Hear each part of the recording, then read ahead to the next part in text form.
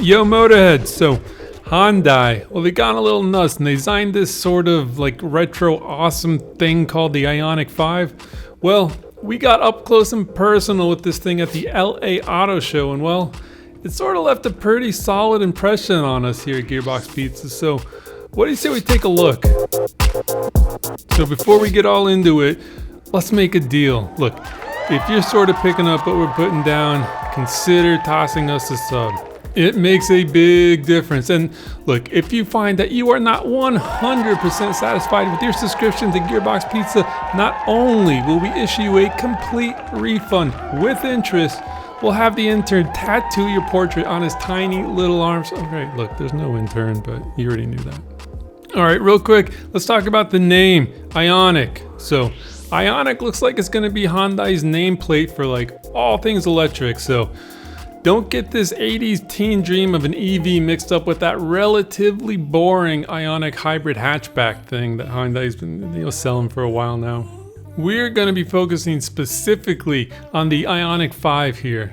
Alright, so what is it? Well, at first glance, you might think this thing is just some retro hatchback. And look, I really thought it was a hatchback too, but as it turns out, it is very much a crossover SUV sort of thing, which like, I mean, it needs to be like what everybody's buying these days anyway. So it's basically a slightly lifted 5-seater with plenty of style and space on the inside.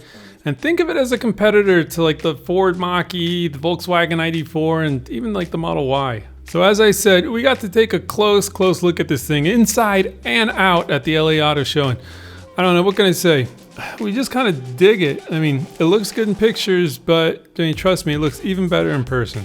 So the first thing I really noticed is that it's just kind of like the right size. And I'm not going to bore you with a bunch of specs here, but what I can say is it just kind of felt right. Like it's not too big, not too small, sort of that middle bowl of porridge kind of thing, I guess. And look, decent room in the back seat and plenty of cargo space.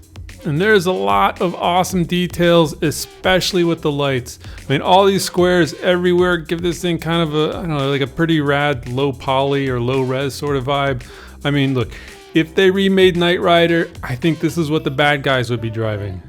Like inside and out, it's pretty well designed and everything seems to be considered. Yeah, I mean, look, it's cool looking in person, that's for sure. And materials on the inside, they're all fine. They're at least as good as you'd come to expect from something in this price range. Oh, something else that's cool, the steering wheel doesn't have a logo, which got me thinking, I bet you this thing would look cooler if we got rid of the Hyundai logo on the hood. I mean, if you take a look at this thing from the front, that logo, doesn't it just kind of clash with the rest of the look of this whole entire thing? I mean, if I got one of these things, I'm pretty sure I'd be peeling that logo off at the dealership. But, you know, what do I know? All right, yo, editor, cut that B-roll for a second. Let's pop on that graphic that shows all the different trims and stuff. There you go, thank you. All right, as you can see, there's going to be 7 different versions for you to choose from with a decent range and power, price, and, well, range.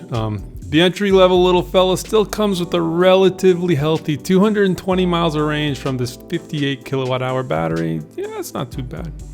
I'm not loving that horsepower, or lack of horsepower here, but hey, look, a starting price of under 40 grand before these new tax rebates, I think we can live with this. So what's interesting here is that if you can manage to find like an extra, I don't know, 4 grand in your sofa cushions or something, well, then you can step up to that bigger battery, which will up that range to over 300 miles and give this thing a little boost in the cojones department. But this is probably the one to get if you're looking to keep costs in check. All right, moving on. So we're looking at the SEL trim, which also comes in both rear wheel and all-wheel drive. Also with the SEL, you get those flush door handles, a power liftgate, and a highway driving assist package.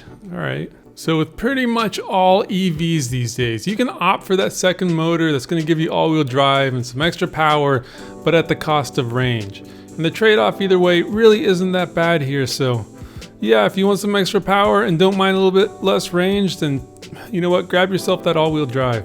So finally, we got the Big Dog Limited trim, which does come with some pretty cool stuff, but we're also starting to see a little bit of that price creep here, as now we're comfortably north of $50,000. But you do get some goodies for all that cash. There's these yeah, pretty unique 20-inch wheels. You get that giant ass sunroof, a heads-up display, and this sort of trick sliding center console sort of thing, you know, and some other cool stuff. So on the inside, you do get some kind of interesting options. I mean, we're just talking about the center console. Well, it can do this weird thing where it can basically slide all the way back to give you, I guess, more room up front. I don't know. What's cool though is that on the left side of that gauge cluster instrument panel thing is this magnetic area that's, I don't know, probably a pretty great place to just slap your phone, right?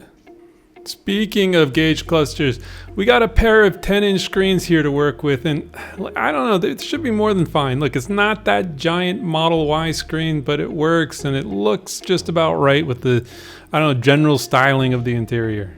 I mean, the whole interior is actually pretty nice, and it goes to show you that you don't need tons of expensive materials to make things, you know, pretty nice on the inside. It's all just kind of working here. So another sort of cool and odd thing here is that Hyundai gives you this special adapter for the exterior charge port that converts it into a regular household outlet, so you can, you know, basically use your car as a giant battery.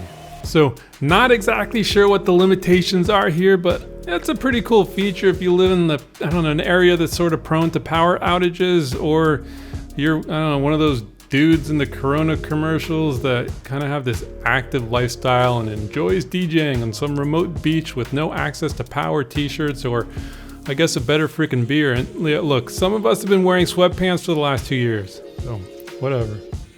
All right, so on to the good stuff. How does this thing perform? So you're not going to see a bunch of insane acceleration reaction videos on YouTube featuring the Ioniq 5, but that doesn't necessarily mean it's slow per se. Well, look, the rear-wheel drive version is kind of slow, 0 to 60 in over 7 seconds, which, look, isn't dangerously slow by any means, but it's, I don't know, sort of the automotive equivalent to a warm glass of milk.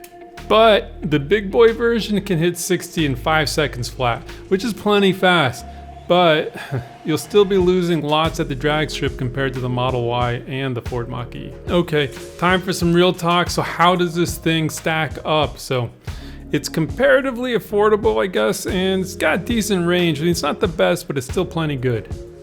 So performance-wise, it trails just a little bit, but that's okay. It's okay because people are going to be drawn to this thing because of its styling, not its performance. Like, Hyundai knows that. And I can totally see like this super robust aftermarket for this thing. I mean, let's peel all the badges off of it. Let's throw on some 22s and let's lower it, I don't know, by like an inch and a half. Then spring for a matte gray or black wrap, and this thing is instantly what Darth Vader drove in high school. So yeah, if you're looking to inject your life with a dose of style, well, this would be a pretty decent and economical way to do just that. So look, well done, Hyundai.